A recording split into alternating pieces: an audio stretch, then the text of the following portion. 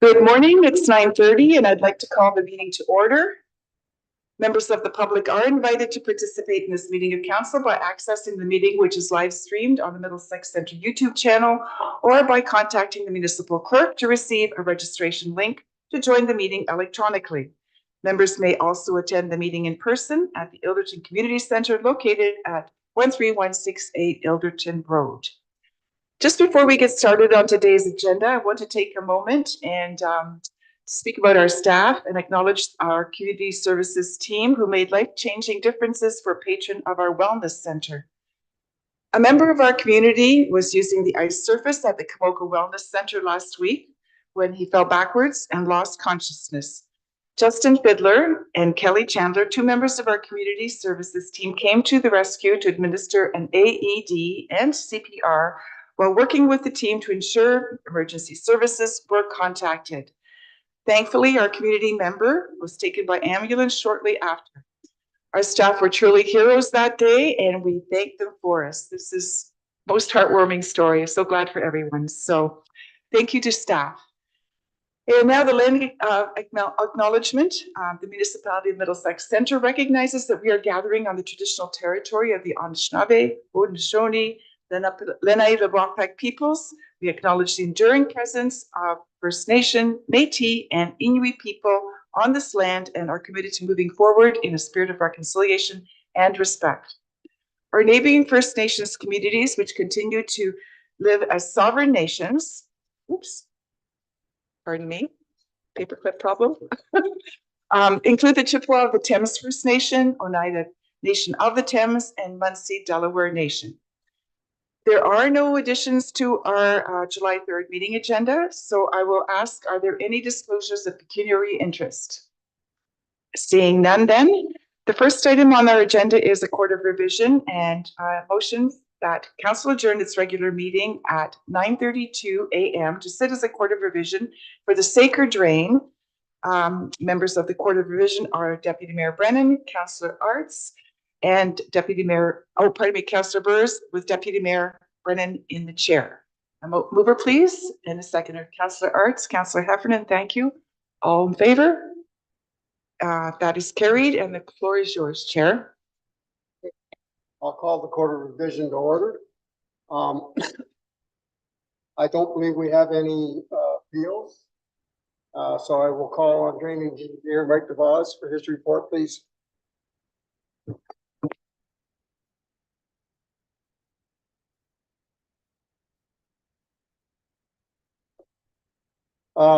Members of the committee, are there any questions? No questions?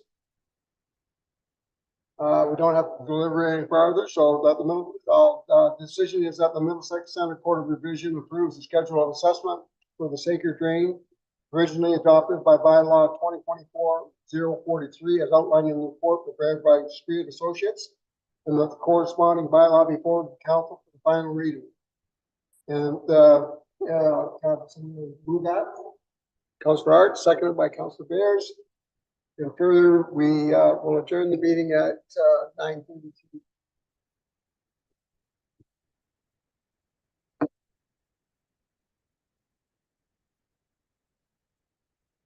Just clarifying the order on the agenda here. So the next item up is the delegation for the Ilderton Drain number 1. And if Mike DeVos of Spirit Engineering would like to provide the report.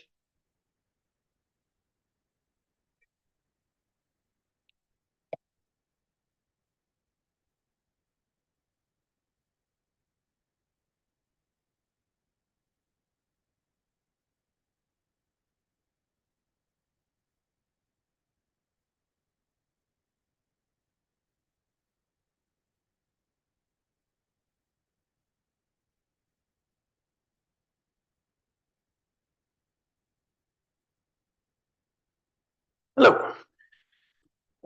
The report before you is for the improvement, which is under Section 78 of the Drainage Act, to branches A and B on the Ilderton Drain number 1.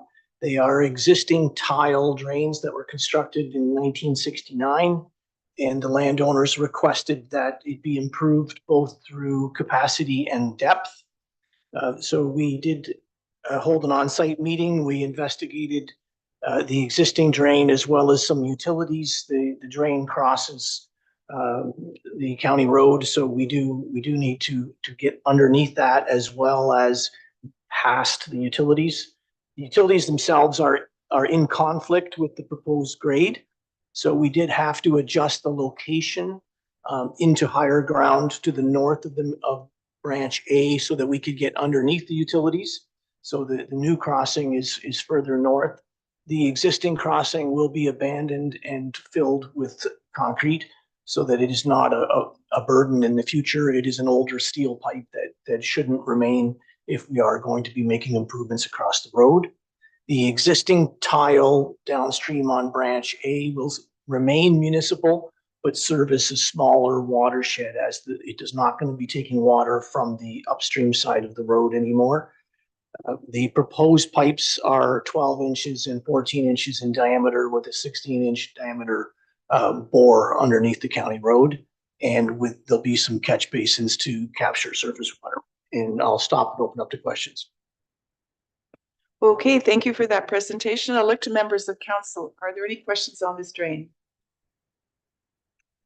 I see no hands. In that case, there is a motion before us that council for the municipality of Middlesex Centre receives the Ilderton Drain Branch Number 1 report from Spreed Associates dated May 10th, 2024, and authorizes that the project proceed, and that the Court of Revision will meet on August 7th, 2024, and further that Councillor Heffernan, Councillor Shipley, and Deputy Mayor be appointed to sit as members of the Court of Revision, with the Deputy Mayor being the chair.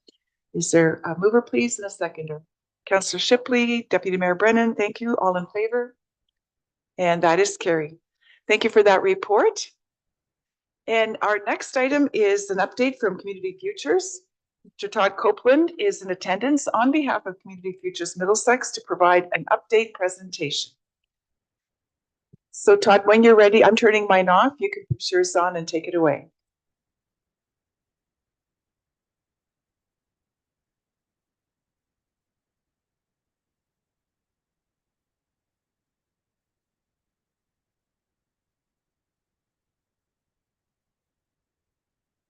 Yeah.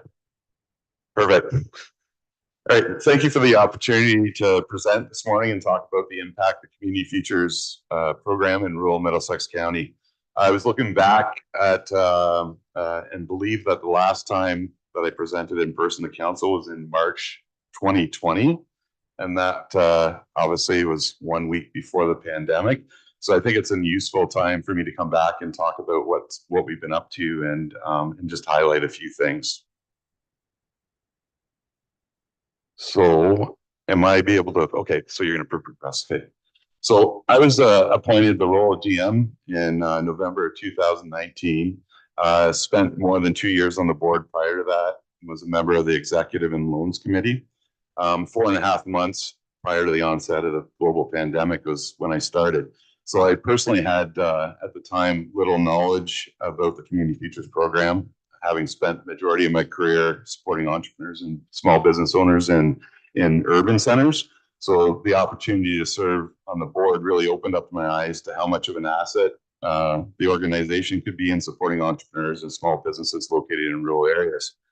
So one of the primary objectives since joining the role of GM has been to look at ways that we can build external awareness for our programs and services.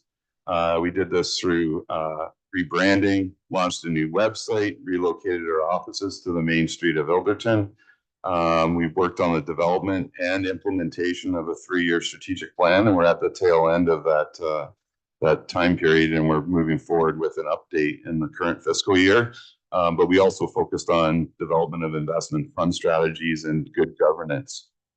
So making presentations such as this morning is just another one of the ways that it can help build awareness and amongst the municipal partners. Next slide, please. So who are we? I won't spend too much time on this, but so we're one of 21 CFDC offices in Western Ontario. There's 61 within Ontario and 267 across Canada, supporting entrepreneurs and small business owners. We're by far the largest and longest standing network supporting community economic development organizations across Canada. Some offices have been in existence for more than 30 years. Collectively, the program has over $2 billion in government assets under management. Uniqueness of this model is that we offer technical business advisory support and training, but also funds are available to invest in the businesses themselves. So CF Middlesex, who I'm representing, received base operating funding from FedDev Ontario, which is a regional development agency. Currently, we have 5 team members, 3 full-time, and 2 independent contractors in business development and loan support and community outreach and stakeholder engagement. I have a board that's comprised of 9 volunteer members, all with complementary skill sets from the business community. So I've got ex-bankers, lawyers, accountants, insurance partners that sit on a volunteer board, and they all represent the geographic regions that we support. So next slide, please. So I mentioned the strategic plan, and this really, what it came down to is we've identified 4 strategic priority areas over the last 3 years, and as I mentioned, we're at the tail end of the implementation. So March 31st, 2024 was the end of 4-year implementation of a 3-year strategic plan. So those 4 areas, entrepreneur and business support, that covers the loans, consultations, workshops, and training that we provide. Partnerships, we really focused on building relationships with bankers, professionals, community organizations across Middlesex County. The awareness component was both through physical and digital means. During the pandemic, became more digital. Now we're back to having more of a physical presence out in the community, which is great. And community voice. So that's our involvement. We sit, not only myself, but board members are available to sit in strategic planning initiatives and support strategic planning and community economic development initiatives within the county. Next slide, please. So the bottom of the slide, the overall theme that came out of our last strategic plan, which we've been working under, has been a role in strengthening community. And these are just a few examples of how we go about strengthening communities. So delivering on the goals of our strategic plan. That's one part, to develop a strategic plan. The other thing is to implement it. Expanding our physical and geographic reach, growing our digital and social media presence, building relationships and partnerships, dispersing loans to entrepreneurs, and diversifying our portfolio and client base. And those are just a few examples of things that were strategic goals embedded within our strategic plan. Next slide, please. So obviously, we couldn't have anticipated the pandemic, but CF Middlesex was, and as well as other CF offices, were chosen as delivery agents for the Regional Relief and Recovery Fund. In regards that, I mentioned this because it really helped drive the awareness for us. Like, it had a very positive effect on us getting out into the community and finding creative ways to connect with the small business owners. So that program is essentially equivalent to what the banks and credit unions were managing. CF Middlesex put out from 2020 to 2021, on top of our normal activity, we put out a $1.7 million in regional relief and recovery funds. And the reason I mention this is January 2024 was an important, significant date in terms of that funding that we put out. These were all loans. I guess I'm happy to report that, to show that the resiliency of businesses and small businesses within Middlesex County was great. 94% of those clients that we supported have either met through repayment or to take advantage of the forgivable component, or paying back their loans, or we've been able to accommodate them through alternative payment arrangements. So we anticipate a very low level of default or businesses that haven't been able to survive. So that program, I think, has served a very important purpose. The end date for the Regional Relief and Recovery Fund for full repayment of those loans is December 31st. And we don't anticipate having, maybe 1 or 2 of those original clients that have either defaulted on the loan. So success rate has been very high. You don't hear about the banks and credit unions talking about their success rate in delivering a CEBA. Next slide, please. So then when we talk about, I mean, actually the first time I'm able to talk about the overall impact during the strategic planning period. So this just will quickly highlight. So the dollar amount in funds invested over the 4-year time period has been $8.4 million. That's been further leveraged with investments by business owners or other third parties in the support of those businesses up to 23 million. So almost a 1 to 3 kind of leverage. We've supported close to 697 businesses, and that's either through both loan and business advisory support. We've been able to impact either through maintenance or creation of up to over 1,200 jobs during that time period. The partners engaged really comes back to our involvement in strategic planning and community economic development initiatives, and all over 1,000 different partners were engaged throughout the different processes that we were engaged in. And overall, the number of events hosted was 42 during that time period. So that's our impact over the time period of our implementation of our strategic plan. Next slide, please. So when we look at our overall portfolio, we obviously align with the strategic priorities or priority areas that the federal government sets. 2 of the main ones being inclusivity and innovation. And if you look at our portfolio is very inclusive. So it's 70% inclusive, predominantly women. This also includes people with disabilities and newcomers. If you look at the innovation side of things, their definition is very broad. Product, process, service innovation, anyone that's doing something new or innovative sort of gets put into that. And we're seeing our portfolio starting to increasingly become more innovative over time. Next slide, please. So priority sectors for investment, again, these are areas that the federal government has identified over the last 4 years as priority areas, and these continue to shift, as you know. But when we measure our portfolio against it, you'll see that predominantly our portfolio is retail and service based are the 2 predominant ones.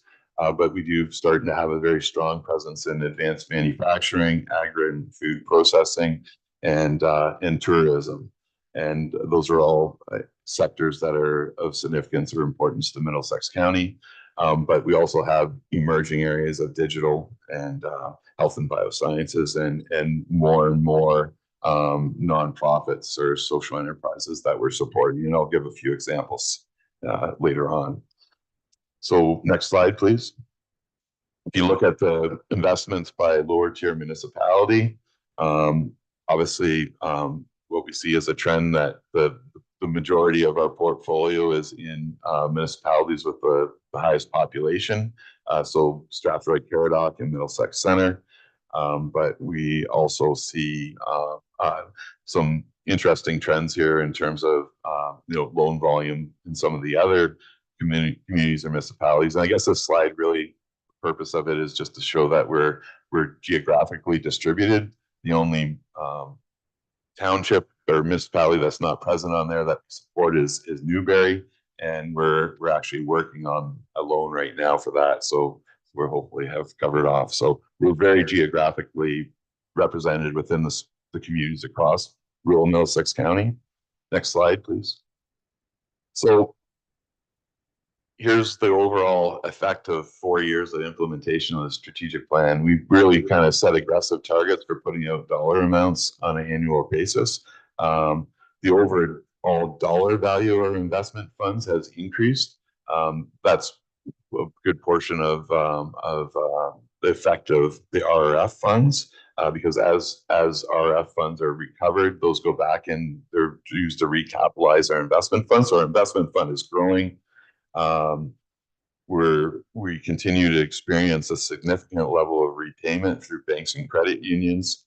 For example, you say 8.2 million, we probably had over close to $7 million in repayment during the time period. So our fund is self-sustaining. The money that goes out comes back in, we put it back out into the community. And I also mentioned there's no defaults. We've actually haven't had a default on a loan in 4 years since I've been here. So net result is that we do have significant amount of funds to invest in communities. And right now we have $3.1 million available to invest. So next slide, please. Okay, so I'm going to touch base on provide a few examples of some new startups or small businesses that we've supported, I guess, in your backyard in Middlesex Center over the last year. Next slide, please. So people are probably aware of this one. It's a new startup business to Ilderton on the main street of Ilderton. And it really started with an idea, consultation, come in, develop business plan, assist and help plan the opening up of a new beauty salon in Ilderton. So we, it's a local new resident to Ilderton that opened up that business. And we provided business advisory support and funding to assist with the renovation and installation of the equipment within the salon.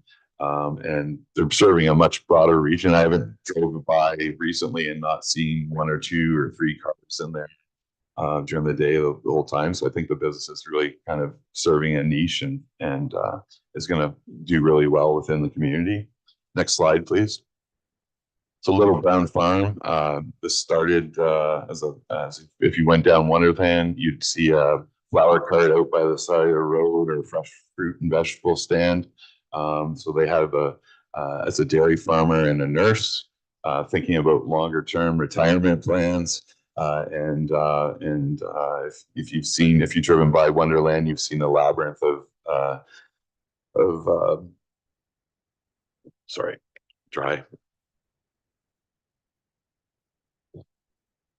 their lavender farm starting, but if you see behind the barn and if you were to see the number of plants that have been planted in the last 3 weeks, there's another 6,500 lavender plants that have been planted on the field. And they've purchased a copper still from Portugal that's been delivered, and I've seen it, it's quite impressive. Eventually they're going to have a event space. They're already starting to book events and these types of things there. We're seeing more and more of this secondary businesses on agricultural farms start to emerge, and their lavender farm will probably be the only one of its kind in existence within a 200-kilometer radius of their family farm. So I think that's the typical type of business. We've got a lot of consultations with agricultural and provide a lot of business advisory support to some other on the farm types of ventures over the last 1.5 to 2 years. And I think we're going to continue to see a lot more of that. Next slide, please. So Cottage Vibes, this is sort of, this came out of, I guess, a merger of 3 or 4 business professionals, all with different backgrounds, thinking, spending some time up lake up at a cottage up in the Muskokas, actually. This business, they had one individual with web development, internet application development skills, some marketing, business development, these types of things. They came together with an idea around creation of a lifestyle brand that's not specific to a region. It's specific to supporting the cottage lifestyle and creation of an e-commerce marketplace to sell all products, all things that support the cottage lifestyle, which could be in your own backyard, it could be at Lake Huron, it could be in Muskokas, it could be else. We've supported them through business advisory support and financing to get up and running.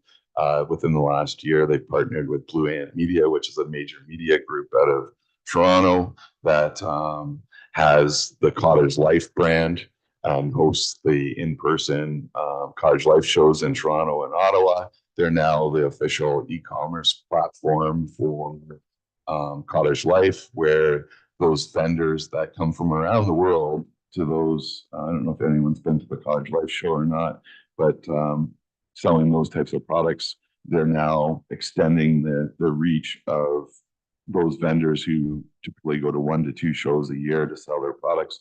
They now have a platform that they can sell year round out of there, and they've got a good partner in a media provider. So just to give you an example of the different types of things that we get involved in supporting. Next slide.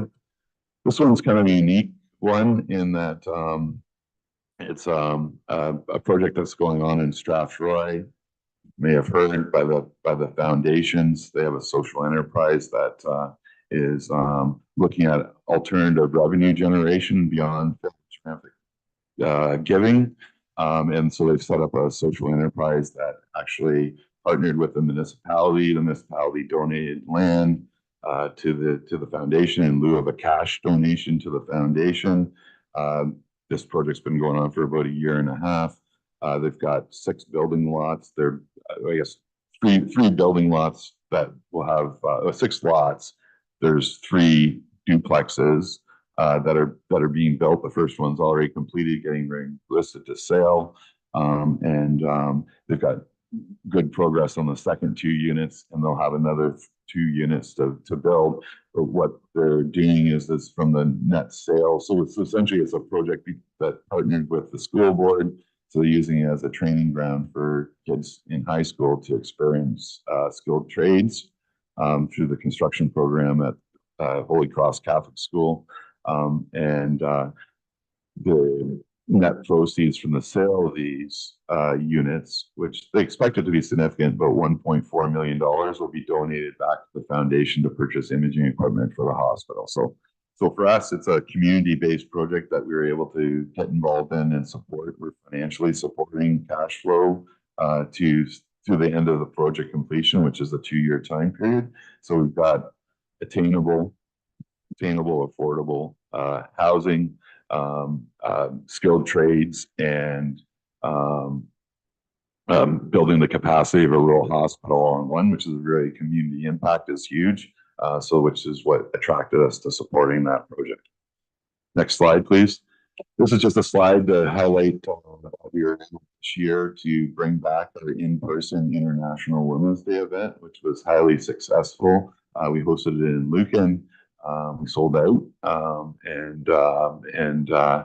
you know, we hosted, last time we hosted it in person was in 2020, a week before the pandemic. I keep on mentioning the pandemic, but it is a significant milestone. And this event is really an example of a community economic development initiative that we have a lead on with partners. I think we had 17 partners, we had sponsors, we had supporting local businesses with this effort.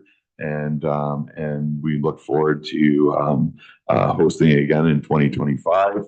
And we always have a goal to kind of increase elevate the impact from hosting that event. And it's an event that we very much enjoy working with partners on. So next slide, please. Yeah. And then this slide really just sort of shows, I think it was the shift sort of from relief and recovery to focusing on new opportunities really happened for us early in 2022. Since then, we've got a lot of flexibility in terms of the investment funds that we manage. They're not dictated to us. We have, you know, obviously the reporting relationship that we have with the federal government, but we can really tailor the use of those funds to the specific needs or observations that we're making in terms of the economic climate, and try to incent new investment in small businesses or entrepreneurs to take that risk or take that leap.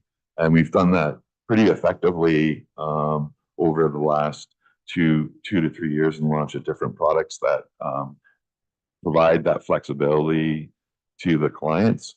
And so right now, obviously we're at a different stage where the economy is, and we anticipate future decreases in the overnight lending rate, which influences the bank prime rate that we lend at. So this flex rate fund is one example that we've pushed out just in the last 2 weeks, where we're going to provide where flexibility is around the term. So essentially providing clients the benefit of any future decreases in the interest rate. So we'll go at a 1-year term, providing loans of up to 300,000 at interest rates tied to that thing, and we're waiving any kind of renewal fees or anything that would be associated with it. So the idea here is to make it as favorable as we can, right? To support entrepreneurs that are looking to take risk, or small business owners that are looking to expand. And we've got a couple ideas around other types of loan products that we're hoping to launch in the next year. One may be tied to the community improvement programs that lower tier municipalities have, because recognizing that the dollar amounts available are not always sufficient to fully support somebody that's trying to take that risk. So we try to create a product that will help promote and increase the uptake of, say, of a CIP program, or focus on things like side hustles that are starting businesses up where they've got full-time jobs but are looking towards entrepreneurship as an end game, but need some support in the interim to sort of validate the opportunity for them to create a new business. So next slide, please. So this is the contact information for Community Futures Middlesex. We're located just down the street here next to Subway. And I encourage you at any point to stop in and have a discussion with us. And I guess what can you do as a municipality is to which I think you do a very effective job of, is just knowing that we exist within your municipality and providing us with, as you're engaging with small business owners, these types of things that may be needing some business advisory support. It's free from us, right? And I think we probably provide a pretty good quality service considering the cost. And we also, we'd love to be able to support lot more business activity within the communities that you serve. So. Okay, thank you for that presentation. I'll look to council. Are there any questions on anything that was presented or interest? Don't see any. I did have one. Yeah. You were talking about your impact slide, and there were different thermometers. I think there were thermometers. Well, they kind of look like a ball, and yeah, that one. Okay. This morning when I was coming in, CBC was talking about difficulty of young people in getting jobs. And I just thought, do you have any comment on that? Is that true in our municipality? Are these, there are 697 businesses that you supported? Are they having difficulties in getting the right skill sets? Or is there anything there that, I don't know, we can do? I don't know, we've got programs for youth at Ilderton. Maybe they need to learn to write a resume or something. Is there anything you want to comment on that part? Yeah, and youth is a priority sector for us. Like, we have launched and supported a few around entrepreneurship, right? I think there's definitely, having 2 teenage boys myself, right? I think there is opportunity there to support those age groups in getting jobs. I think it's a challenge. It can be a challenging and frustrating environment for them to find the right employers. So I think there is opportunity to improve that. I don't know, sure if I'm answering your question directly. Is there? Not really. So I think it's I think workforce development, finding people with the right skills, training. There is. Obviously I'm involved with the Middlesex Workforce Development Partnership, right? Which there's groups that within Middlesex County that are more focused on workforce development and that type of thing. So we work alongside them as partners. And so community employment choices in Stratford would be one that we refer a lot of small business owners to work on trying to recruit. I think there is issues around finding people with the right skill sets. Okay, well, thank you for that. It's always great to hear what's happening on this front. It's important to our economy, and also it's great to have entrepreneurs in our area that are ready to roll up their sleeves and add to the options that residents have for shopping or visiting. So always good to hear the news. Thank you so much for your time this morning, Todd, and we'll see you again soon. Bye. And moving on to the minutes, we have the minutes of the 19th. The motion before us is that the minutes of Middlesex Centre Council meeting held on June 19th, 2024 be adopted as printed. Do I have a mover, please, and a second? Councillor Burrs and Councillor Heffernan, thank you. All in favor? And that is carried. There are 8 things on the consent agenda. Is there anything here that councillors want to comment on or bring forward for discussion? I don't see any hands. Okay, in that case, the motion before us is that items 8.1 through 8.5 listed under the heading of consent agenda for July 3rd, 2024 be adopted as recommended. Mover, please. Councillor Cates, thank you. Deputy Mayor Brennan, all in favor? And that's carried as well. Moving on to staff reports. The first item is a request for surplus lands resolution. Our clerk, James Hudson, will provide a report on that item. Through the chair, I'm pleased to provide a brief overview of this request for surplus land resolution, which is further detailed in the staff report found under item 9.1. The subject site in discussion is a small landlocked parcel of vacant land, which was previously offered for sale to the public via this tax sale process. The municipality received no bids through this tax sale, and subsequently property ownership was vested in the municipality's name. By way of detail, the parcel is approximately 0.35 acres in size. It consists of non-buildable land, which is zoned for agricultural use. Given the parcel size and location, staff are recommending the property be declared surplus to municipal needs, and further that staff be authorized to proceed with the sale of these lands, ideally to an adjacent landowner in accordance with municipal bylaws and processes. I'll leave it at that and open to any questions from members of council. Thank you for that report. I'll look to council. Questions? None. In that case, there's a fairly lengthy motion before us. Do I have a mover and a seconder? Councillor Burrs and Councillor Cates, thank you. Call the vote. All in favor? And that is carried. Okay, now we have Stephanie Bergman, Manager of Planning, in attendance to give a staff report on Bill 185 changes to the Planning Act, Development Charges Act, and Municipal Act. Floor is yours when you're ready. Thank you, through the mayor. So I apologize first. I think there's probably going to be a lot here. There is a lot of details, but I do think it's important for us to understand the rules around planning and development and the tools that we have to work with. So bear with me here. So Bill 185, which is termed Cutting Red Tape to Build More Homes Act, received royal assent on June 6, 2024. And so many of the amendments are now in force and effect. And so the purpose of this report here today is to provide an overview of the amendments to, as the mayor said, the Planning Act, Development Charges Act, and Municipal Act, and its implications to planning and development in Middlesex Centre.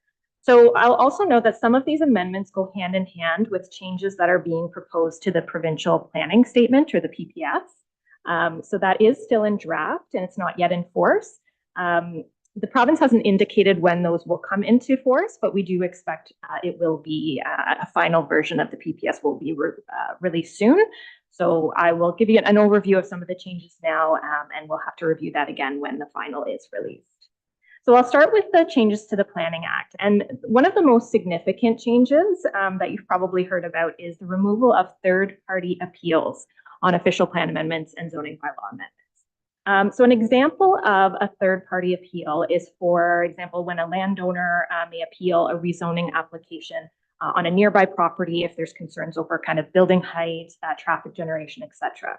So the Act now specifies who can appeal, and it's generally limited to infrastructure, utility providers, agencies like NAV Canada, airport authorities, certain industrial proponents as well, if they have concerns about land use compatibility of a proposed development. And then, of course, the applicant, the minister, and public bodies such as school boards, agencies, etc. So those are the folks that can still appeal these decisions. So I'll note that this does apply retroactively. So there are some transition provisions that state if a hearing on the merits of an appeal has not yet occurred or has not been scheduled, the appeal will deem to have been dismissed. So I'll just note that staff is looking at current appeals right now to see how this may impact those appeals. So in terms of settlement area boundary expansions, under previous bills, thank you, under previous bills, council decisions on applications that amended settlement area boundaries were actually considered final and not, there was an ability to appeal to the tribunal.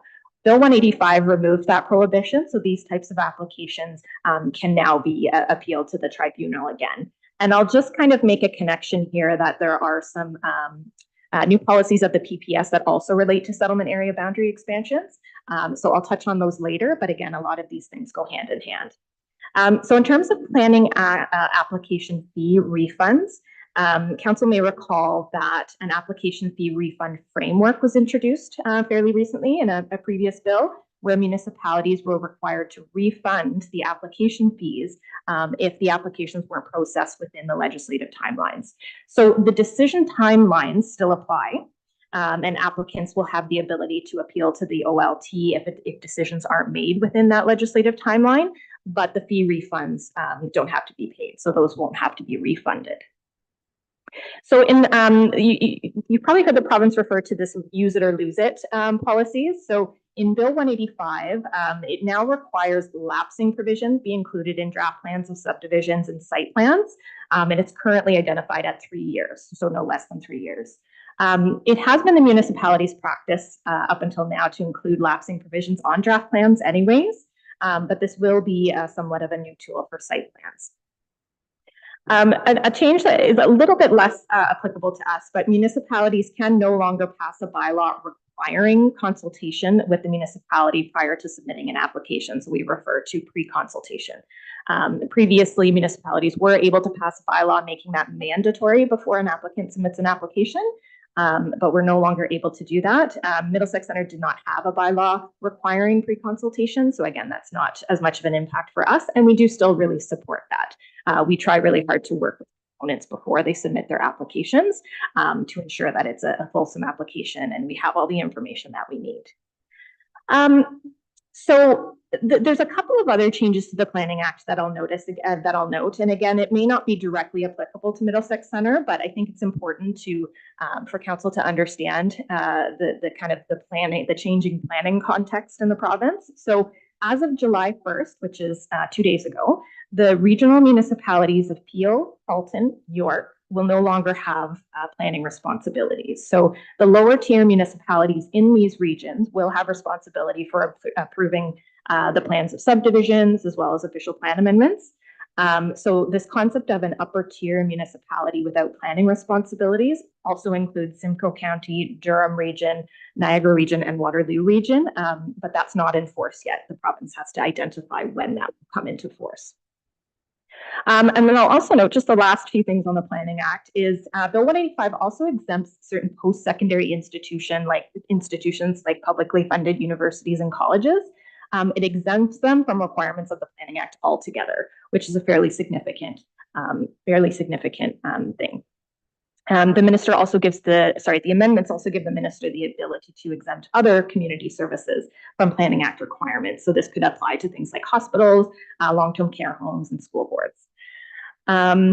And just a couple other minor things, additional residential units. The minister has included some provisions in the Planning Act to allow the minister to issue regulations, providing more control over how municipalities manage ARUs. So no regulations have been identified, but it's just a signal that the minister now has the ability to do that. The Community Infrastructure Housing Accelerator tool has also been removed from the Planning Act. I'm not sure if that had ever been discussed here in Middlesex Centre, but it was a tool similar to that of a minister's zoning order that was a bit more run through the local municipality, but that tool has now been removed. So I'll move on to the DC Act, and Bill 185, which is, I think this is a very positive thing, but has removed the mandatory phase-in of new DC bylaws. So if you recall, there was a discount that was implemented over 4 years. So in the first year of enacting a new DC bylaw, proponents would only be paying 80% of the identified development charge. That phase-in has now been removed. So when Middlesex Centre goes to adopt our new DC bylaw in the coming weeks, proponents will be paying 100% of that DC bylaw charge. The cost of growth management studies also can now be included again when we're calculating the development charges. And again, these changes will all be reflected in the Middlesex Centre development charge bylaw that's being brought forward. And then just one other small thing, development charges are payable at the time a building permit is issued. But however, the amount is actually frozen at the date of a complete application for zoning bylaw amendment or site plan approval, so whichever comes later. So even if a new DC bylaw is enacted, the fee is locked in at the rate it was at the time that they applied for either of those two.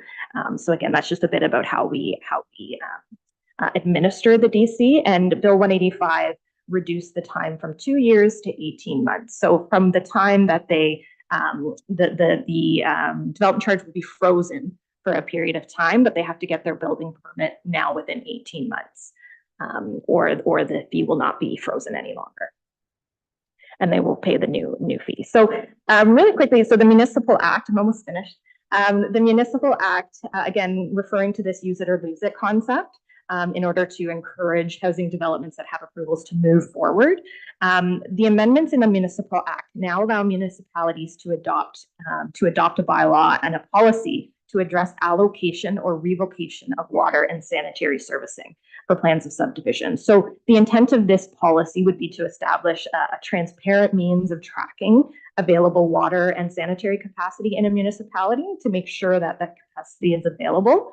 And to ensure that capacity can be reallocated to shovel-ready developments, right? So this is really the government's attempt to address concerns raised from municipalities, that maybe there are developments that have received approvals but haven't moved forward. So I'll just note that the municipality's current practice has been to allocate capacity at the time that we actually go to execute a development agreement or a site plan agreement. So that does reduce the potential for capacity to be kind of held up. So we don't experience that as much of an issue here. So while we don't really think a policy, the council considering a policy like this is really necessary at this time, we'll continue to watch that and see if something like that would be beneficial to the municipality.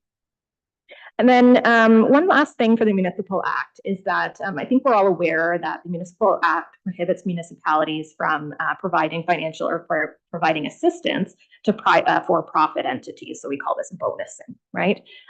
Except, of course, through programs like the Community Improvement Plan.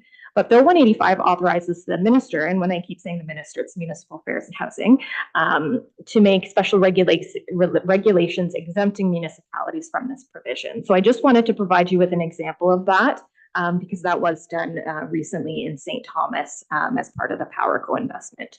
It allowed the city to be a bit more flexible with the proponents in how they supported that investment. So that's it for Bill 185. And as I mentioned, there are a lot of kind of accompanying changes that are being proposed in the provincial policy statement, now referred to as the provincial planning statement. So it's still the PPS. We don't have to change our acronym.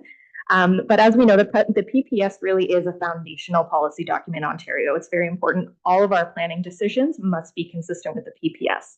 So this new draft was released in April, and it is still in draft, as I mentioned, but we do expect a new version to be coming out anytime. So overall, the changes really do show a move towards a more permissive planning framework to really further the province's goal of increasing the housing supply and reducing barriers to development. So some of those include, some of the changing policies include more flexibility for municipalities to consider settlement area boundary expansions outside of a comprehensive review. Normally, that's really only considered under that comprehensive review when we're looking at something that Middlesex Centre has recently just gone through with our OP review. So this means, so this does include privately initiated settlement area boundary expansion. So those are the types of applications we could see coming forward if these policies are put in place. It proposes greater flexibility for development on partial or private services. We've always supported more development on full municipal servicing. So in accordance with this use it or lose it approach, there is a requirement for municipalities in this new proposed PPS to identify opportunities to allocate and reallocate servicing. It proposes to permit additional residential units on lots within prime agricultural areas. There are some conditions tied to that, but that will be a new change. And then policies regarding lot creation in the agricultural area. Some may recall that in a previous version that was released, there was some proposed additional provisions for more lot creation in agricultural areas, but those were drawn back. And the policies generally remain the same from the current in-force policies. There is one small change, though. It notes that with the exception of limiting surplus farm dwelling consents to one residence surplus to a farm operation per farm consolidation.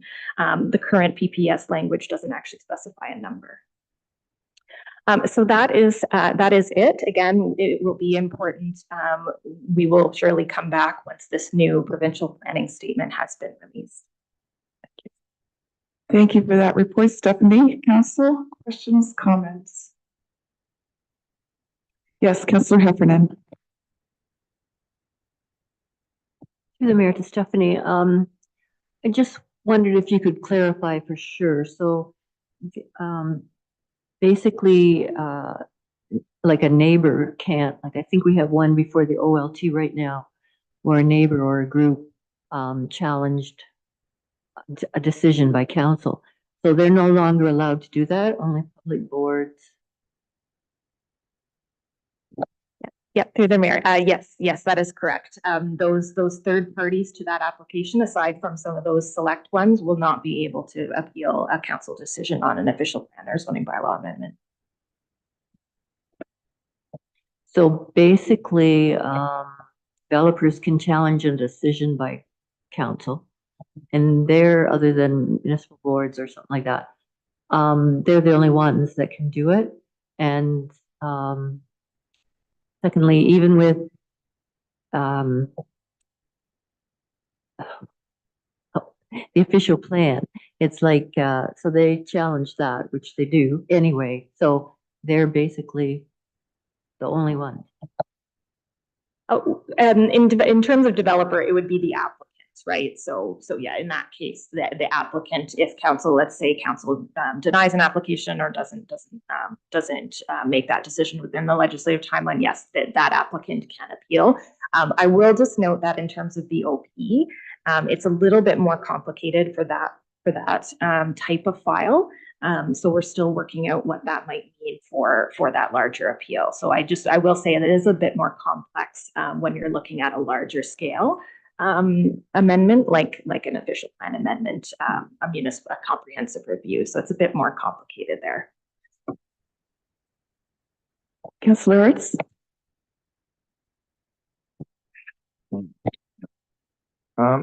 Excuse me, through Madam Mayor to Stephanie. I know this provincial planning statement that's providing greater flexibility, but I think in our rural settlement areas and rural agricultural areas, it's going to be a bad deal for us because I think there's going to be some development done whether we want it done or not. That's just an observation. Thank you. Other questions, comments? I don't see any hands.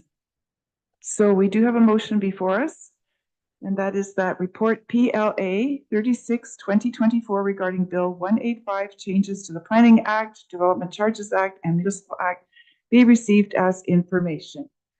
Mover, please, and a seconder. Councillor Cates and Councillor Shipley, thank you. All in favor?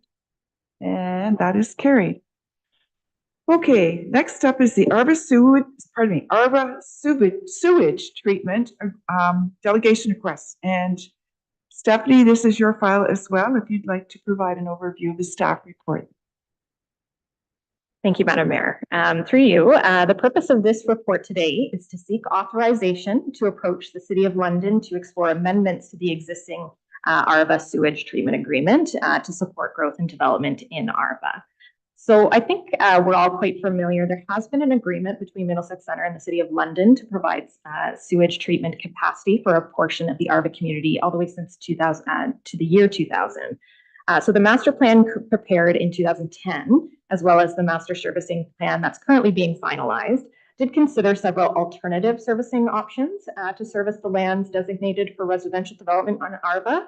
And those alternatives included do nothing, amend the existing agreement with the City of London to increase capacity, construct a new wastewater treatment facility, as well as conveying flows to another collection system in Middlesex Centre. And in both of those master plans, amending the agreement with the City of London to permit that additional capacity was identified as the preferred alternative. So we have approached, the municipality has approached the city on several occasions between 2010 and as early as last year to discuss increasing the capacity within the current agreement. And I'll just note that in 2023, an amending agreement was executed, which removed that yearly cap, but it did maintain the overall capacity limit. And based on the existing terms, we calculate that development in ARVA would be limited to a maximum of 120 units, but it could be possibly as few as 60 units. So we are continuing to review the daily sewage flows and rolling averages to kind of maximize that number. But ultimately, these limits still do impact the feasibility of a more comprehensive development plan for the residential lands in ARVA. And we'll also note that we've had pre-consultation discussions with the development proponent, and we do expect an application for draft plan of subdivision to be coming forward to the municipality shortly. Staff have also been in communications with the Thames Valley District School Board regarding current sanitary servicing concerns at the Centennial Central Public School, which is located at the corner of Adelaide Street and Midway Road. So the school board is actually also planning to delegate to the City of London on the same date in hopes of receiving approval to direct sewage flows from that school through the city's collection system. So as one of the 3 service settlement areas in the municipality, ARVA does represent an important opportunity to accommodate future growth. There's about 23.5 hectares of land designated for residential development in the community. So and with active developments occurring in the area as well, so this includes Upper Richmond Village, high-density residential complex that you see on Richmond Street at 2300 Richmond Street there adjacent to the municipal border. There really are some opportunities for furthering partnerships with the city to enhance these border communities. So, for example, the site plan for that development on Richmond Street actually shows a potential proposed multi-use pathway into Weldon Park that may be of interest. So staff are ultimately seeking direction from council today regarding a request for delegation before the City of London Planning and Environment Committee meeting, which is on July 17th, to request further discussion on amendments to the existing agreement. And we have attached a draft letter to the staff report. So thank you. And thank you for that report. I'll look to council again. Comments, questions? Councilor Bruce? Through you, your worship, to Stephanie. So the City of London then, they have the capacity to deal with our request, like we would pipe into their system, correct? So they would have to take that up, looking at the growth in their area. Have we looked at that? Is that a true statement? Or do they have to augment and then we should pay for that? I think we'd have to have that discussion with the city and look at those numbers. I think generally speaking, you can imagine the City of London has a very large collection system and treatment system. And so I think there are opportunities there. I will also just note that there are improvements that would be required at the existing infrastructure. So in terms of the pumping station that exists there. So there are improvements that would be required. But yes, we believe that there is capacity available, but we'd have to have that discussion. Just to follow on, so obviously it's a good idea to approach the city who wants to build another waste treatment plant. There's the environment to consider as well as the cost, so I don't see an issue in not asking. So Shipley?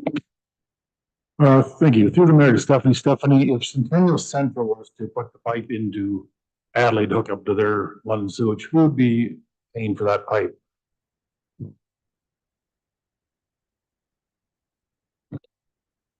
Through the mayor to Councilor Shipley. So we've had preliminary discussions with the school board and the city. So the intent right now, and there's nothing been finalized, but the intent is that the school board would have the full cost. It would probably be a private force main and pump station. It would be within the county road allowance. So that really the approvals would come from the county and then from the city for connection to their system. Okay, Deputy Mayor Brennan.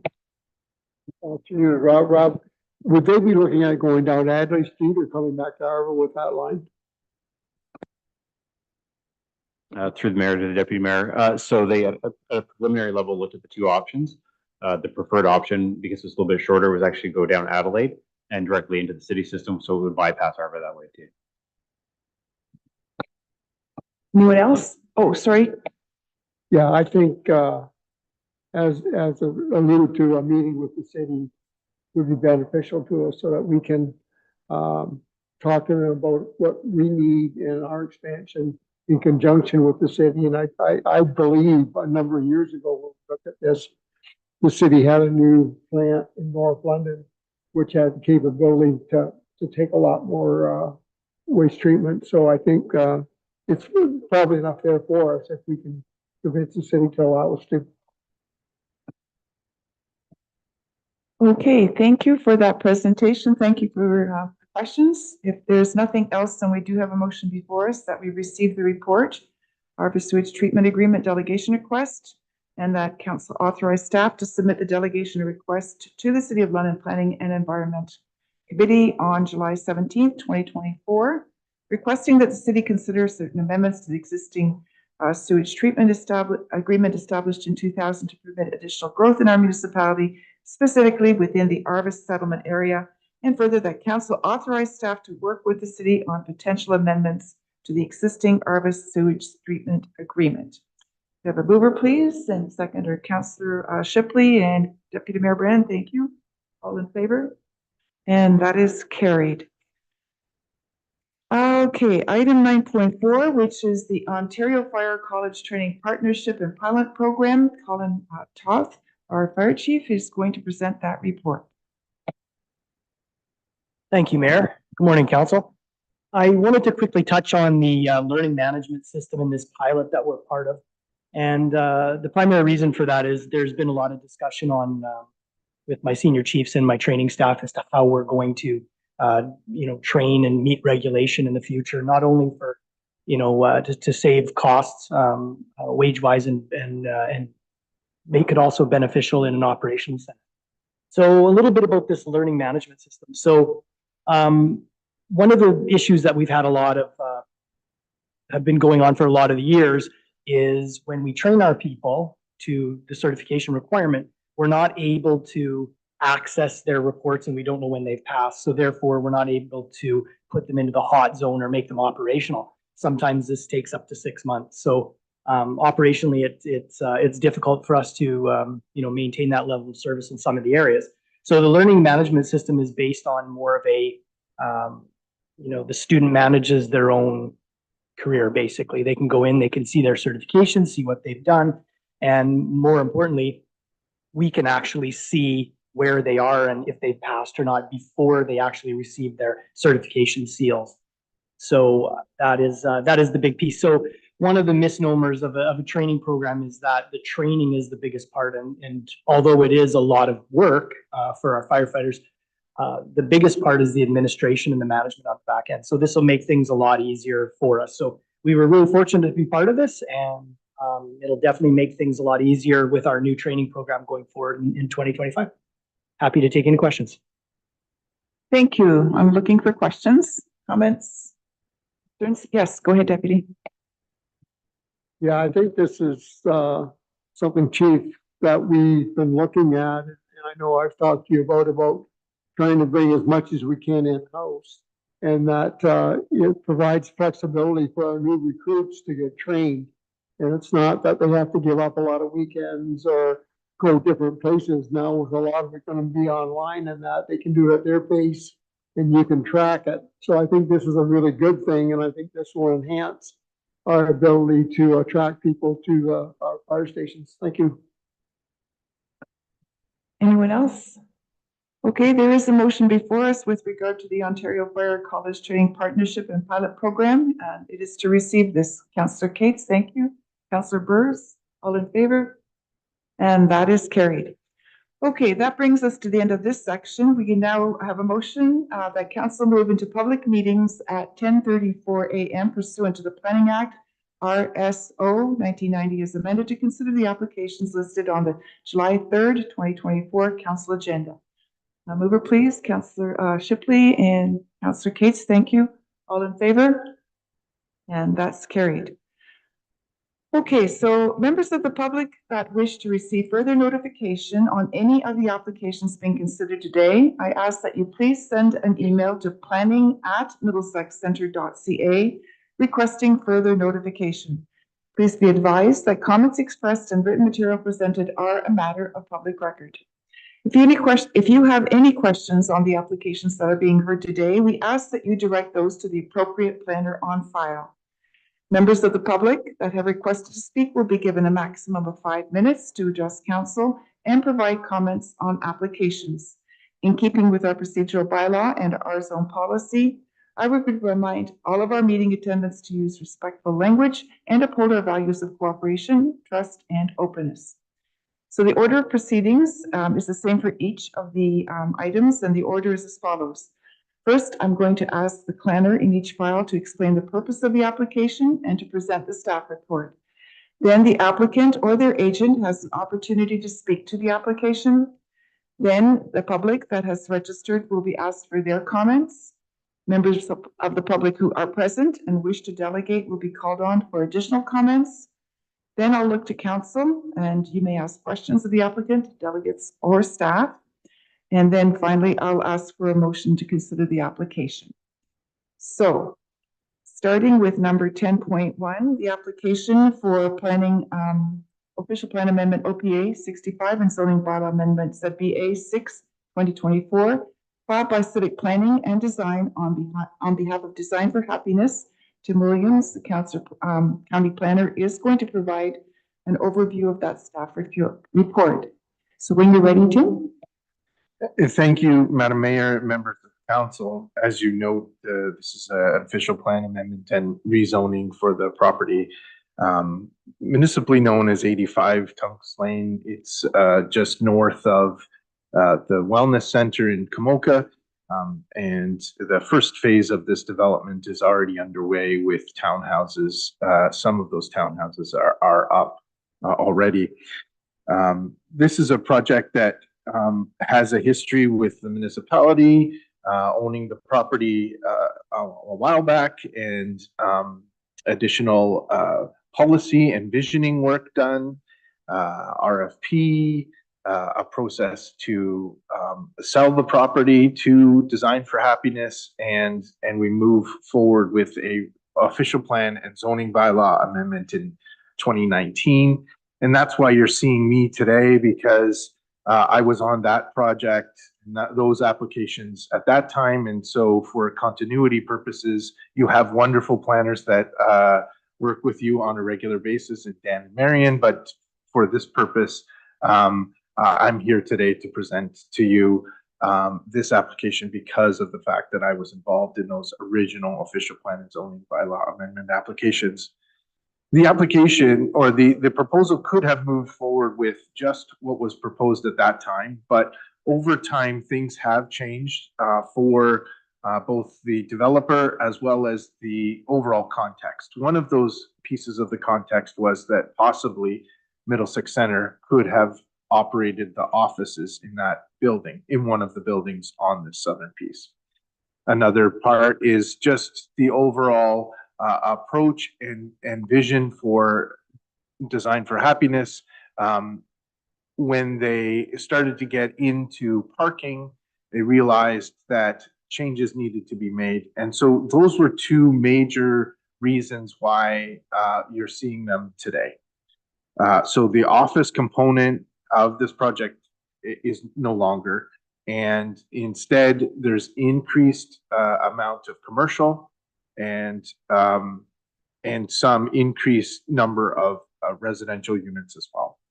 And so with that, and the way that the official plan was designed, official plan amendment was designed and rezoning was designed originally, they would need to come back to you on this. Given the nature of this application, the nature of this project, the nature of this of these lands, this is we might have drafted the official plan amendment originally slightly different, so they wouldn't have to come back.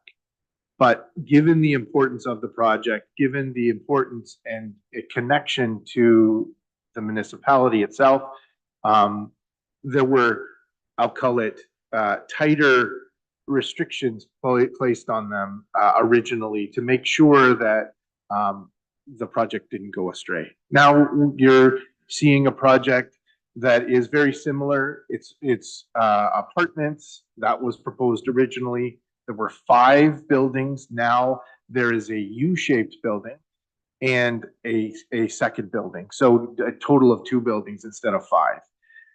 There's was going to be parking that was semi below grade. Now it's above grade and fully wrapped around the building. We've got some images. If you wouldn't mind going, I think maybe to the last one.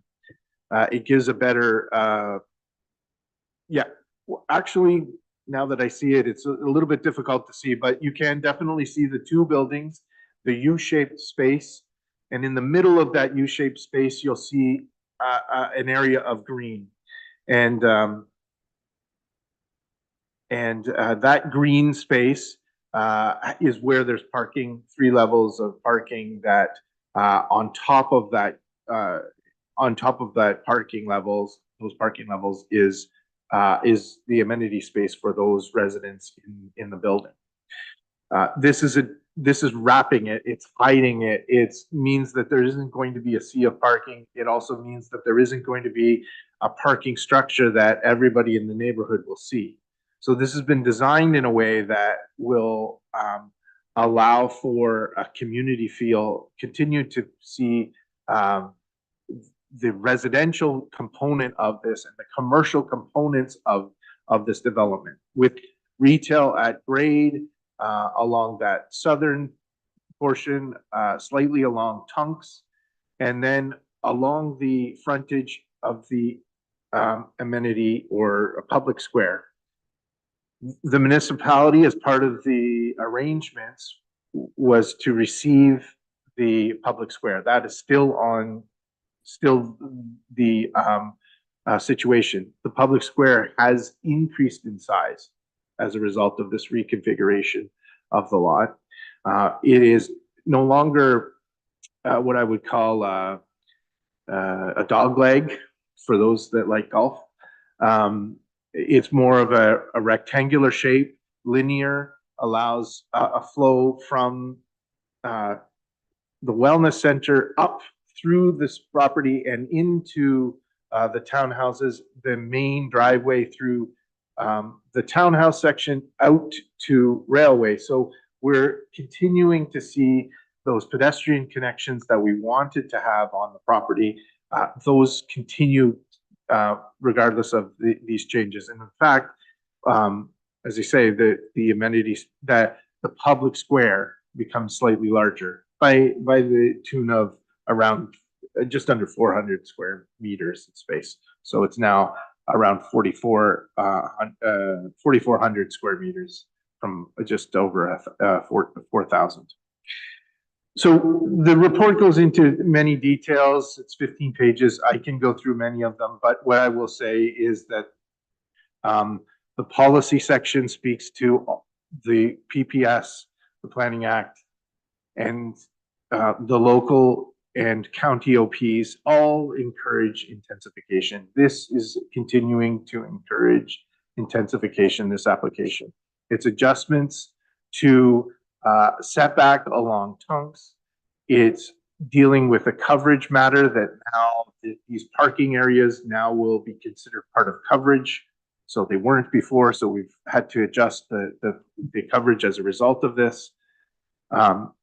There's increased number of residential units, and this is, as I say, because of the adjustments in the amount of floor area used for offices, which were going to be on the second floor now, will be sort of replaced with residential, but also there's an increase in overall retail, sort of commercial related uses. This doesn't prohibit those areas to be used for other things other than retail. So if there was a a doctor or a accountant or whatnot, they could still operate on that floor level. So it's not taking away any of those permissions to have active uses at grade.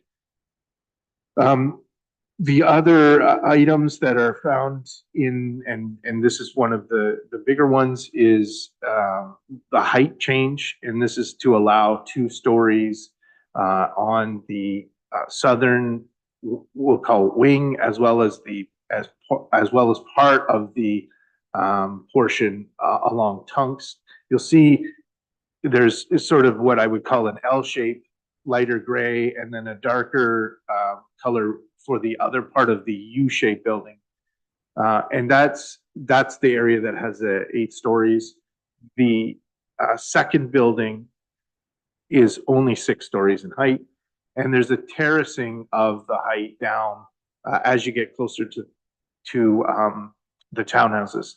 There's another piece to this, and that is that there's grade change from the southern property line as you move up towards railway, so and through the townhouses. So you're essentially losing a half to 3/4 of a story of height as you move north, so that once you get to that private lane at the north side of this, we'll call it building A, that building really would appear as one less story.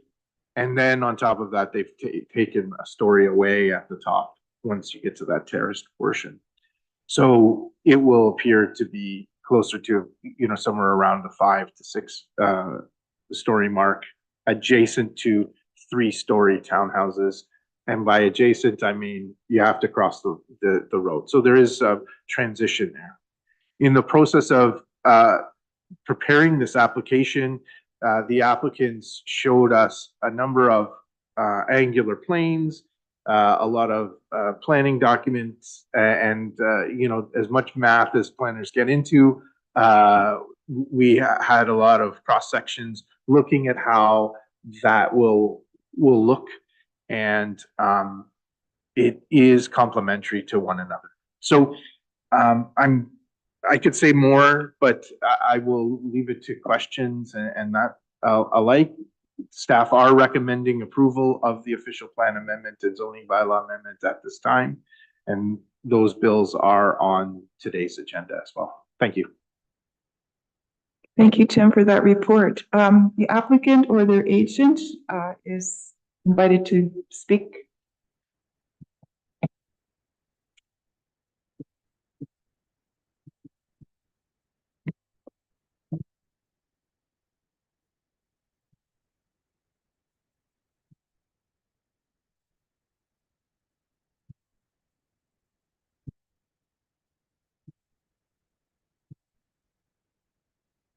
Good morning, Madam Chair and Council. My name is Jersey Smolarek. I'm an urban designer and partner with Civic Planning Design, an urban planning firm based in London.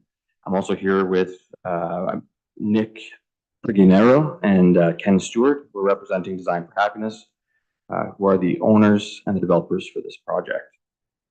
I want to thank Tim for his thorough presentation. I think he covered a lot of things. I do have some notes here that I want to go over to emphasize the need for the change and what we're proposing here today.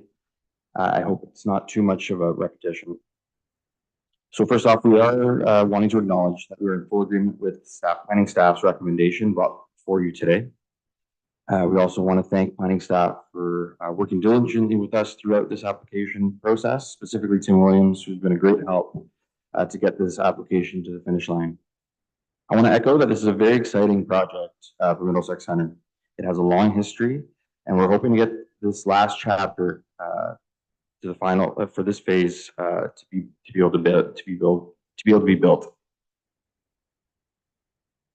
Tim provided you a lot of history in terms of where the RFP process came from, how the plans came from Middlesex Center surplus and became and got into the ownership for Design for Happiness. So I won't go into that.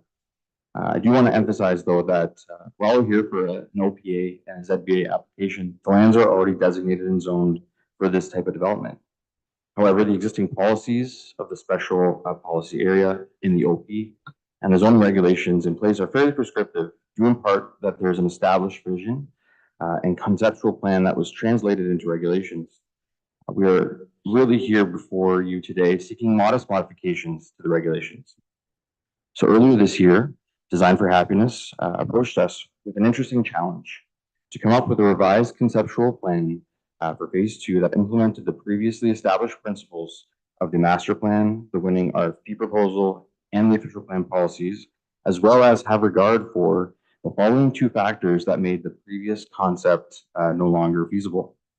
So number 1, since the release of the RFP in 2018, Middlesex Center has opted to renovate existing municipal offices rather than move into space that was allocated within phase 2 of this development. So that freed up about 30,000 square feet of space. Number 2, there was a geotechnical analysis that was done during phase 1, and it was determined that there's a high water table in this area, which really throws a wrench into it when you're trying to put underground parking. It makes it more technically difficult and a lot more expensive. And so we were looking at how we can look at other opportunities to deliver parking on the site. It was definitely a challenge with the resulting concept before you today, which we believe is an overall improvement to the site design and how it will positively contribute to the functions of the future public urban square. So just from a high level perspective, I won't go into as many details as Tim did there because he did a great job. But from a high level perspective, we're looking at going from 5 buildings that were a mix of 4 and 5 stories to 2 buildings, 1 6-story, 1 8-story. We're removing the office component. We're increasing the amount of commercial, almost doubling the amount of commercial at grade. We're increasing the amount of residential units. And then we're providing for improved overall site layout, including a better active edge that will be along the public square. So that way there'll be opportunities for various uses that will help activate that public square during times when there's something happening in the square or not. A visual providing highlights of the revised concept versus the previous concept can be found on page 19 and 20 of our planning rationale report that is attached to this item in today's agenda. I think Tim did have a snippet of that up on the screen in his presentation. So in order for most of these changes to occur, a slight number of alterations to the policies in the SPA, the special policy area of the OP, and the existing zoning are required. Highlights of those changes can be found on page 21 and 22 of our planning rationale report, and Tim again went through those really well. So to summarize, we along with the DHF Design for Happiness team are excited about the evolution of phase 2 and believe that this updated version continues to implement the principles of the original master plan, the winning RFP proposal, and the general spirit and intent of the OP policies. I'll leave it at that. And if there are any questions from council, I'll be here along with the representatives from Design for Happiness to address them at the appropriate time. Thank you. Thank you for that report. Are there any members of the public? Not online, so we'll just see if there's anyone in the room. Okay, none online. Is anyone in the room wanting to speak to this? Okay, so we can move on then to council. It's your turn to ask questions and comments. I'll start at the back here. Councilor Burrs. Okay, thank you. Just comments. I really like this concept. It's hard to believe it's coming to fruition. It's taken forever. So this is truly going to be the center of Komoka. That was the vision of Abby Friedman. Okay, let's go. Anyone else? Councilor Case? I agree with what Frank says. I have a kind of a side question. I'm curious if these, if you know yet, if these will be rentals or if there will be condos. Thank you. Through you, Madam Mayor. At this time, it hasn't been determined. The development team is looking to partner with a builder to be able to build the project. And at that time, it will be determined whether or not it will be condos or rentals. So depending on the situation and the markets at that time, we'll have a better kind of indication, probably through the site plan process. Thank you. Thank you. I figured that you probably didn't know yet, but I do get asked. So thank you. Is there anyone else? Okay, There are no more questions, so thank you for that presentation and the update. It is exciting news, and I'm going to now consider motions with respect to the application.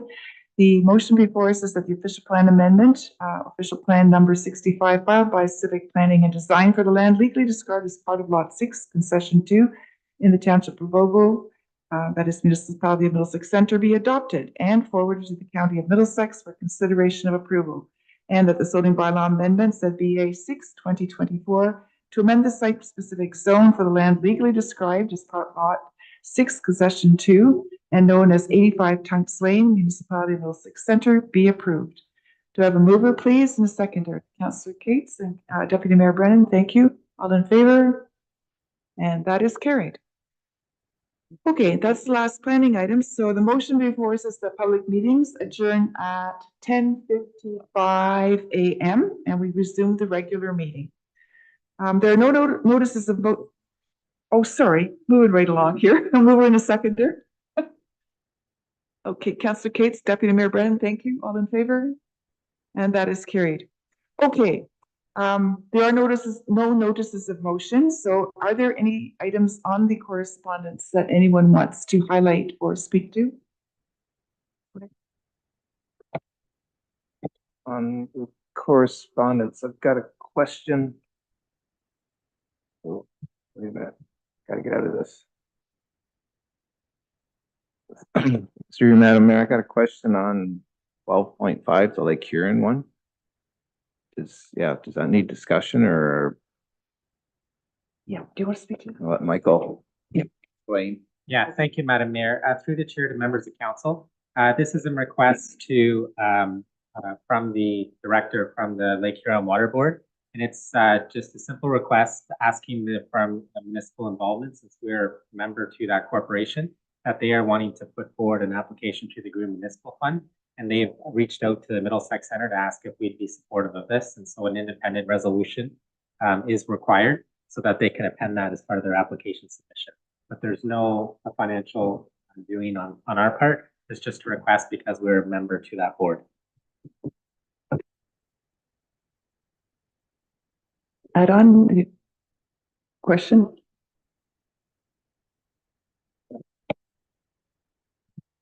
Would you like us to be compliant with the request? I guess that's. Yeah, through the chair, I think it would be a good thing for us to support, seeing that we are a member and we do want clean water, and it assists them with their infrastructure. Do they have infrastructure needs just like us? And so it doesn't hurt to be supportive of their initiative to move forward with some grant assistance.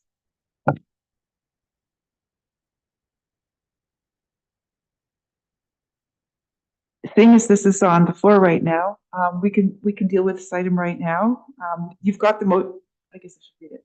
The motion is that the Municipality of Middlesex Centre support partnership with the Lake Huron Water Supply System and its Board of Management to apply to the Federation of Canadian Municipalities Green Municipal Fund for grant and capital funding opportunities to support the capital project for an administrative addition to the Lake Huron Water Treatment Plant located at 71155 Blue Water Highway. And further, that the Municipality of Middlesex Centre agree to partner as the lead for the Green Municipal Fund grant submission, provided all necessary work in preparing the submission as well as submitting any subsequent documentation required will be completed by the Lake Huron Water Supply System at no cost to the municipality. Do you have a mover? Councillor Councillor Arts and Councillor Cates, thank you. All in favor? And that is carried. Okay, so that's the one item.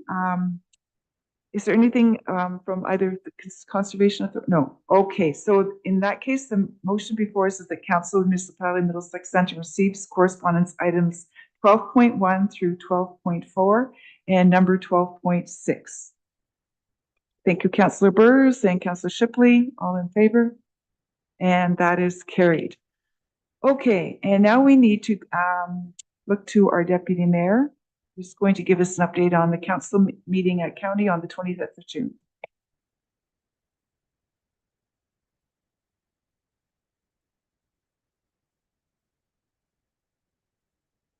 Yes, we had a county council meeting on June 25th. First on the agenda was Middlesex support program for 2024-2025 had a surplus of $3,179. So that was divided amongst the 8 lower municipalities. Roughly, it works out to about $397 per municipality.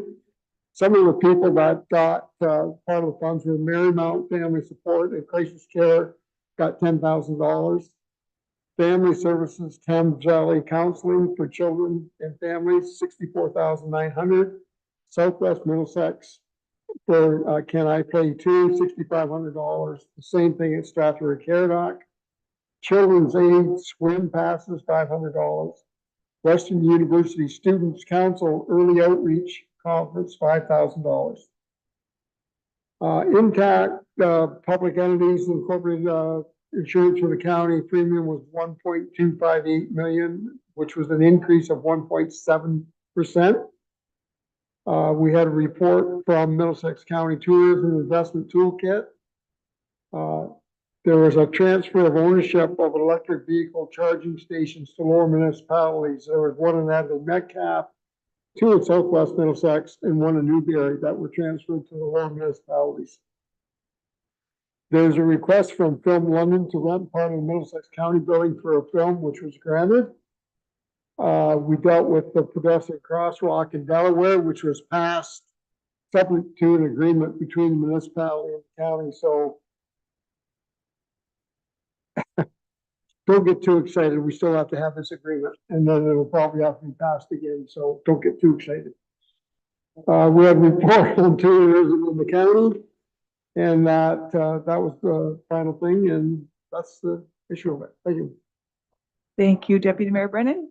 Any questions for the deputy? I don't see any. Okay, in that case, we're done our regular session. The next item is the closed. The motion before us is that council for the municipality of Middlesex Centre adjourn to closed session at 11:01 a.m. pursuant to section 239(2) of the Municipal Act 2001 as amended to discuss the following matters. Under section 239(2)(c), a proposed or pending acquisition or disposition of land by the municipality or local board, potential property acquisition in Ward 4. So if I could have a mover, please, and a seconder, Councillor Shipley, Councillor Heffernan, thank you. All in